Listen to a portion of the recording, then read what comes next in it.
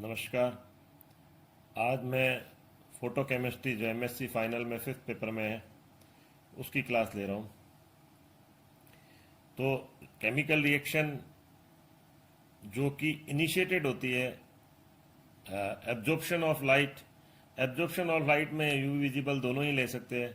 यानी photochemical reaction is a form of chemical reaction which is initiated by absorption of light, और bracket में हमने लिख रखा है यूवी एंड विजिबल। अब विजिबल की रेंज हम जानते हैं कितनी होती है, 400 nm से लेकर 800 nm तक, ये विजिबल की रेंज है। और जबकि यूवी की जो रेंज होती है वो कितनी होती है, 200 nm से लेकर 400 nm तक। ये तो नियर यूवी होता है। और अगर हम फार यूवी की बात करें तो वो होता है 10 से लेकर 200 nm तक की फार यूवी का रेंज होती है। तो यहाँ 200 से 800 nm रेंज में अगर जो मॉलिक्यूल है वो इस रेडिएशन को एब्जॉर्ब करके केमिकल रिएक्शन को दर्शा रहा है, तो वो कौन सी हो गई, photochemical reaction. When the reactant molecule absorb in this way, it causes the molecule to move an excited state in which the chemical and physical property of molecule are different from the original molecule। यानी जो molecule है वो जब light को absorb करता है, हालांकि हम सारी डिटेल आगे लेंगे इसमें, तो वो क्या होता है, वो एक्साइटेड स्टेट में आ जाता है। और जब वो एक्साइटेड स्टेट में आता है तो उसकी केमिकल और फिजिकल प्रॉपर्टी जो होती है, जो ग्राउंड स्टेट की तुलना में, जो यानी ओरिजिनल मॉलिक्यूल है उसकी तुलना में डिफरेंट होती है। फोटोकेमिकल रिएक्शन का वेल नोन एग्जाम्पल जो है वो हमें ये पता ही है, फोटोसिंथेसिस। यहाँ यानी कि जो CO2 है वो जो वाटर के साथ और प्रकाश की उपस्थिति में तथा क्लोरोफिल की प्रेजेंस में ये हमें देता है C6H12 C6H12O6 यानी कार्बोहाइड्रेट, या यहाँ ग्लूकोज की बात करेंगे, प्लस 6O2। ये well known example of photochemical reaction जो कि है फोटोसिंथेसिस रिएक्शन।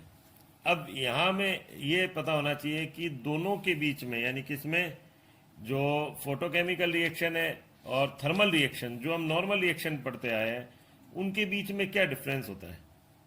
तो सबसे पहला डिफरेंस तो यही होता है कि रिएक्शन जो थर्मल रिएक्शन है वो reaction occur in presence of heat, यानी जो ऊष्मा की उपस्थिति में होती है उन्हें हम कौन सी बोलते हैं, थर्मल रिएक्शन कहते हैं। जबकि फोटोकेमिकल रिएक्शन क्या होती है, वो लाइट की प्रेजेंस में होती है। यानी यहाँ पर जो लाइट है वो प्राइमरी रिक्वायरमेंट है, यानी रिएक्शन के लिए, फोटोकेमिकल रिएक्शन के लिए प्राइमरी रिक्वायरमेंट क्या है, एब्जॉर्प्शन ऑफ लाइट। अच्छा, अब आता है थर्मल रिएक्शन जो है वो एक्सोथर्मिक भी हो सकती है, एंडोथर्मिक भी हो सकती है, यानी उसमें हीट इमिटेड भी हो सकती है और एब्जॉर्ब भी हो सकती है ड्यूरिंग द रिएक्शन। जबकि ये जो रिएक्शन होती है ये, इसमें हम इसकी बात नहीं करते, एक्सोथर्मिक एंडोथर्मिक की बात नहीं करते, बल्कि केवल ये कहते हैं कि reaction involve absorption of photon, यानी फोटोन के एब्जॉर्प्शन से ही होगी तो फोटोकेमिकल होगी। तीसरी बात हम कहते हैं कि जैसे हम पहले भी फर्स्ट ईयर में पढ़ चुके हैं केमिकल काइनेटिक्स के चैप्टर में, कि जो ये जो रिएक्शन होते हैं इसमें मॉलिक्यूल में कोलिजन रिक्वायर्ड होती है, यानी एक प्रॉपर ओरिएंटेशन वाले और जो एक प्रॉपर थ्रेशोल्ड एनर्जी रखने वाले मॉलिक्यूल, एक्टिव मॉलिक्यूल आपस में रिएक्ट होते हैं तो वो रिएक्ट होकर प्रोडक्ट का निर्माण करते हैं। जबकि यहाँ कोलिजन की रिक्वायरमेंट नहीं होती, यानी मॉलिक्यूल में कोई कोलिजन रिक्वायरमेंट नहीं होती ये फोटोकेमिकल रिएक्शन के अंदर। वहाँ केमिकल काइनेटिक्स में हम ये भी देख चुके हैं कि जो केमिकल रिएक्शन होती है वो इनिशिएटेड होती है various factor like temperature, pressure, catalyst. तो यहाँ ये जो रिएक्शन होती है इनसे तो इफेक्टेड नहीं होती, लेकिन हाँ फोटोसेंसिटाइजेशन रिएक्शन टेक प्लेस है। वो फोटोसेंसिटाइजेशन जो होता है वो कैटलिस्ट तो नहीं होता, लेकिन जो फोटोसेंसिटाइजर है उसके द्वारा फोटोकेमिकल रिएक्शन पॉसिबल है। ये क्या होते हैं ये आगे नेक्स्ट क्लास में आपके आएगा। ये जो होती है नॉन सेलेक्टिव इन नेचर, ये भी आगे आपके आएगा, इसमें नॉन सेलेक्टिव, ये नॉन सेलेक्टिव होती है, जबकि ये जो रिएक्शन होती है यानी फोटोकेमिकल रिएक्शन होती है ये सेलेक्टिव इन नेचर होती है। अब इसमें नेक्स्ट आता है, ये स्पॉन्टेनियस होती है रिएक्शन, यानी कौन सी, थर्मल रिएक्शन जो है, यानी किसी भी रिएक्शन को अगर कोई भी रिएक्शन हो रही है तो उसके लिए डेल्टा जी का मान नेगेटिव होना चाहिए तभी वो रिएक्शन होगी। लेकिन ये जो होती है जो फोटोकेमिकल रिएक्शन है नॉन स्पॉन्टेनियस है, यानी डेल्टा जी इसके लिए क्या होता है, पॉजिटिव होता है। तो इसी से रिलेटेड यानी 5 और जो 6 छठा नंबर पॉइंट है, इससे रिलेटेड 2 पॉइंट इसमें, 2 क्वेश्चन इसमें हम लेते हैं। How photochemical reaction is selective in nature. तो फोटोकेमिकल रिएक्शन जो है वो किस प्रकार सेलेक्टिव नेचर की होती है।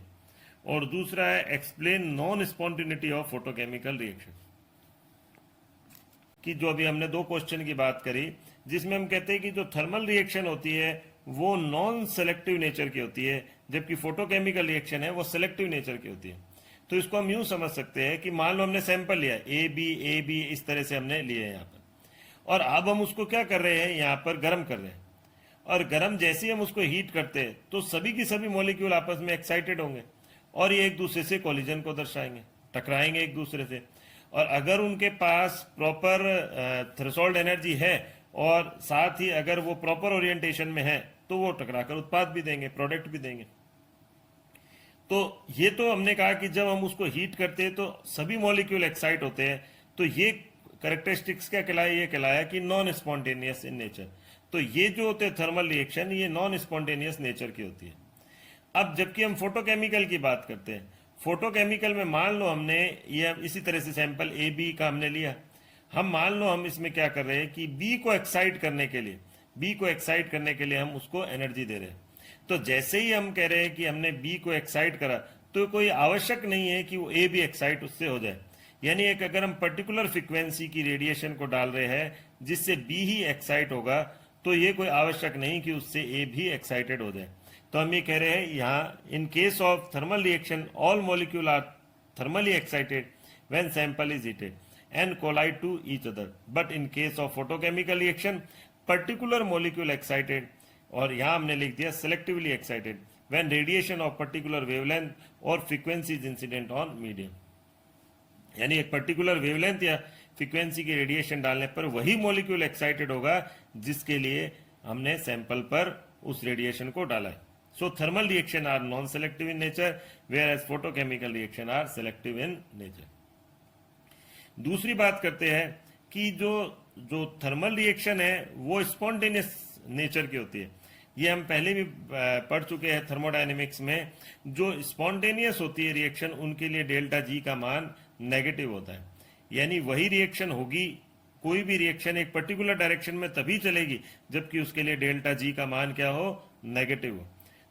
अब ये स्पॉन्टेनियस होते क्या है, तो reaction which take place on its own और बाय प्रॉपर इनिशिएशन, यानी या तो वह स्वयं हो रही हो रिएक्शन, या तो वह स्वयं हो रही हो या किसी प्रॉपर इनिशिएशन के माध्यम से, यानी उसको प्रेरित करा जाए तब वो हो रही हो, तो उसे हम कहते हैं स्पॉन्टेनियस रिएक्शन।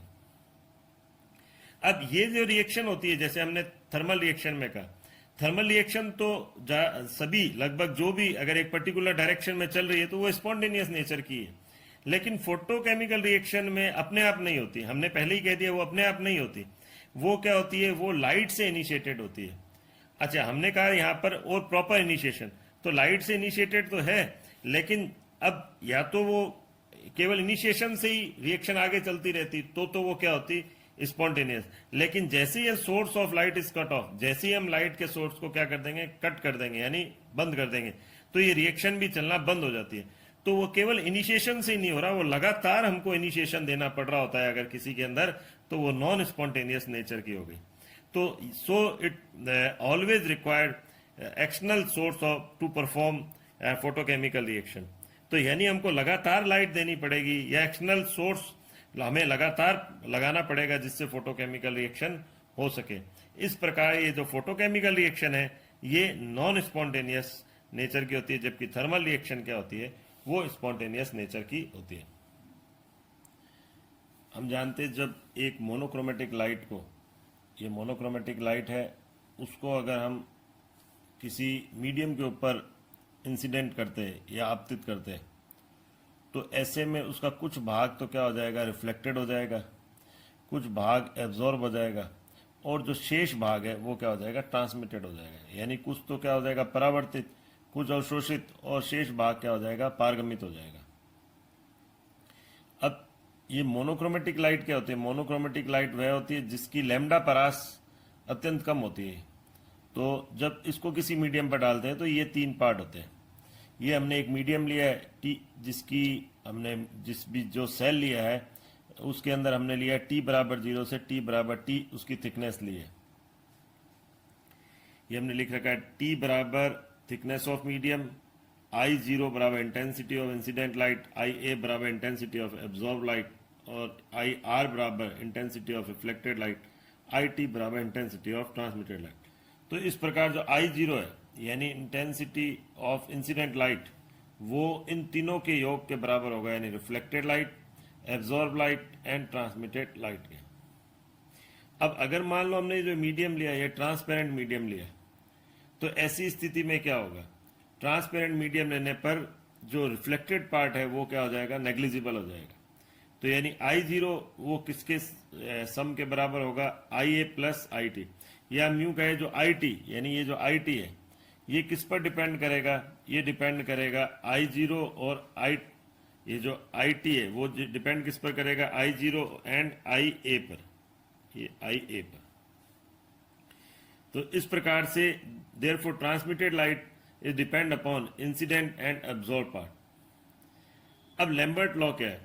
लैम्बर्ट लॉ है when monochromatic light is incident on a medium then decrease the intensity of light, क्योंकि जब यहां गई तो उसने कुछ पार्ट एब्जॉर्ब करा, तो decrease the intensity of light is directly proportional to thickness of medium. यानी ये जो मीडियम लिया है, जो हमने सैंपल सेल लिया है, उसकी थिकनेस पर डिपेंड कर रहा है। तो यानी कि इंटेंसिटी आई जीरो जो है या इंटेंसिटी जो इंसिडेंट लाइट की है वो डिक्रीज होगी किसके साथ? इस मीडियम की थिकनेस के साथ। तो और decrease the intensity of light with thickness of medium is directly proportional to intensity of incident light. ये हमने इस तरीके से ये एक रिलेशन लिखा है यहां पर, यानी decrease the intensity with thickness, ये रहा थिकनेस, और डिक्रीज नेगेटिव आ गया, ये directly proportional to intensity of incident light. अब अगर हम इसको आई को नीचे ले गए और डी टी को इधर की तरफ ले गए डिफरेंशियल फॉर्म में, तो अब हमने यहां पर कह दिया decrease the intensity with respect to total intensity is directly proportional to thickness of medium. यानी जो इंटेंसिटी डिक्रीज हो रही है वो किसके डायरेक्टली प्रोपोर्शनल है? थिकनेस। यानी थिकनेस जितनी बढ़ जाएगी इंटेंसिटी भी कुल के सापेक्ष क्या हो जाएगी? घट जाएगी। ये प्रोपोर्शनल का हमने साइन हटाया और उसकी जगह हमने एक कांस्टेंट लगा दिया, वो है के टी। अब अगर हम मान लो इसका इंटीग्रेशन लेते हैं आई जीरो से आई टी तक, ये हमने इसका इंटीग्रेशन लिया आई जीरो से आई टी तक, तो ये इसी तरह से दोनों तरफ का इंटीग्रेशन लिया, तो t बराबर 0 से t बराबर t तक थिकनेस के लिए हो गया। यानी t बराबर 0 पर जबकि क्या हुआ, थिकनेस जो है वो नहीं है, तो उस समय तो आई जीरो के बराबर ही होगा।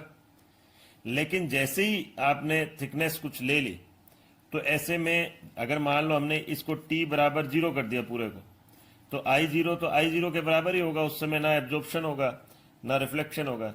लेकिन जैसे ही हमने थिकनेस 0 नहीं ली, यानी कुछ ले लिया, ये रहा थिकनेस, तो अब जो आई जीरो है वो किस में बदल गया? आई टी में बदल गया, क्योंकि कुछ भाग क्या हो गया? एब्जॉर्ब हो गया। और चूंकि हमने ट्रांसपेरेंट मीडियम माना तो रिफ्लेक्टेड पार्ट को हमने नेग्लिजिबल मान लिया। तो हम जानते हैं डी एक्स बटा एक्स, इसका अगर इंटीग्रेशन लेते तो ये एल एन एक्स यानी नेचुरल लॉग एक्स के बराबर होता है। तो यहां हमने लिख दिया एल एन आई, ये डी आई बटा आई, तो एल एन आई माइनस तो पहले से ही था, और उसकी लिमिट लगा ली आई टी से लेकर आई जीरो तक। ऐसे ही डी एक्स का जो इंटीग्रेशन होता है वो किसके बराबर होता है? वो एक्स के बराबर होता है।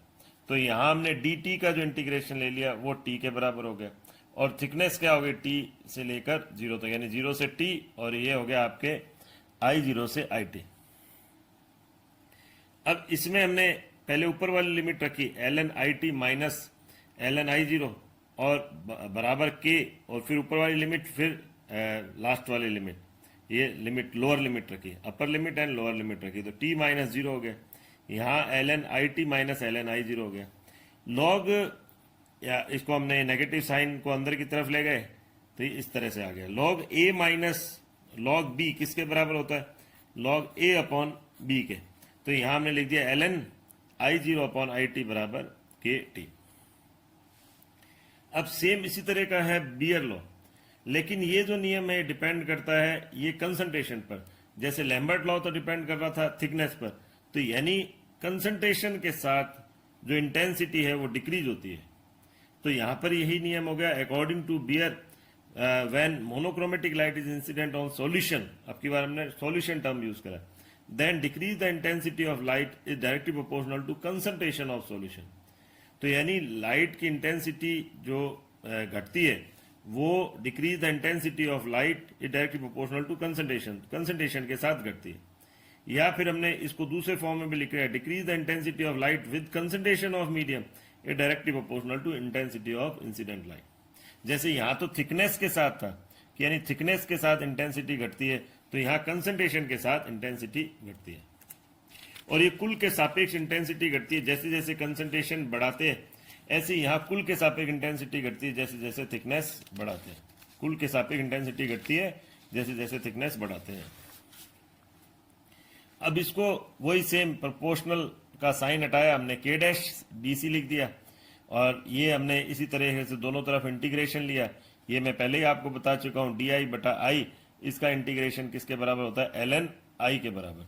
तो ये हमने वैसा की वैसा ही रखा, बिल्कुल सेम वही रिलेशन आया जो पिछले में था, यानी L N I zero upon I T वो बराबर था के टी के, और अब की बार आ गया L N I zero upon I T बराबर हो गया के डैश सी के। इन दोनों को कंबाइन कर दिया हमने, यानी किसको, L N I zero upon I T और के सी, और यहां पर एल एन के टी, और यहां पर L N I zero upon I T K dash C. तो हमने ये के डबल डैश सी, एक और नया प्रोपोर्शनल कांस्टेंट लगा दिया, के डबल डैश सी समानुपाती स्थिरांक। तो अब यहां हमने कर दिया एल एन का मतलब होता है natural log, L N X का मतलब होता है लॉग बेस ई एक्स। इसी प्रकार से 2.303 लॉग ये बेस 10x। तो हमने यहाँ पर 2.303 log 10 I zero upon I T और ये के डबल डैश सी टी कर दिया। तो लॉग ये इस तरह से हमने इसको लिख दिया। इसको हमने एप्सिलॉन एक नए सिंबल से दिखाया, एप्सिलॉन से। ये दिखाता है मोलर एब्जॉर्प्टिविटी या मोलर एक्सटिंक्शन कोफिशिएंट। तो इस प्रकार A बराबर हो गया log 10 I zero upon I T बराबर एप्सिलॉन सी टी। इस प्रकार जो A है यानी मोलर जो एब्जॉर्बेंस है वो C और T दोनों पर ही डिपेंड करता है।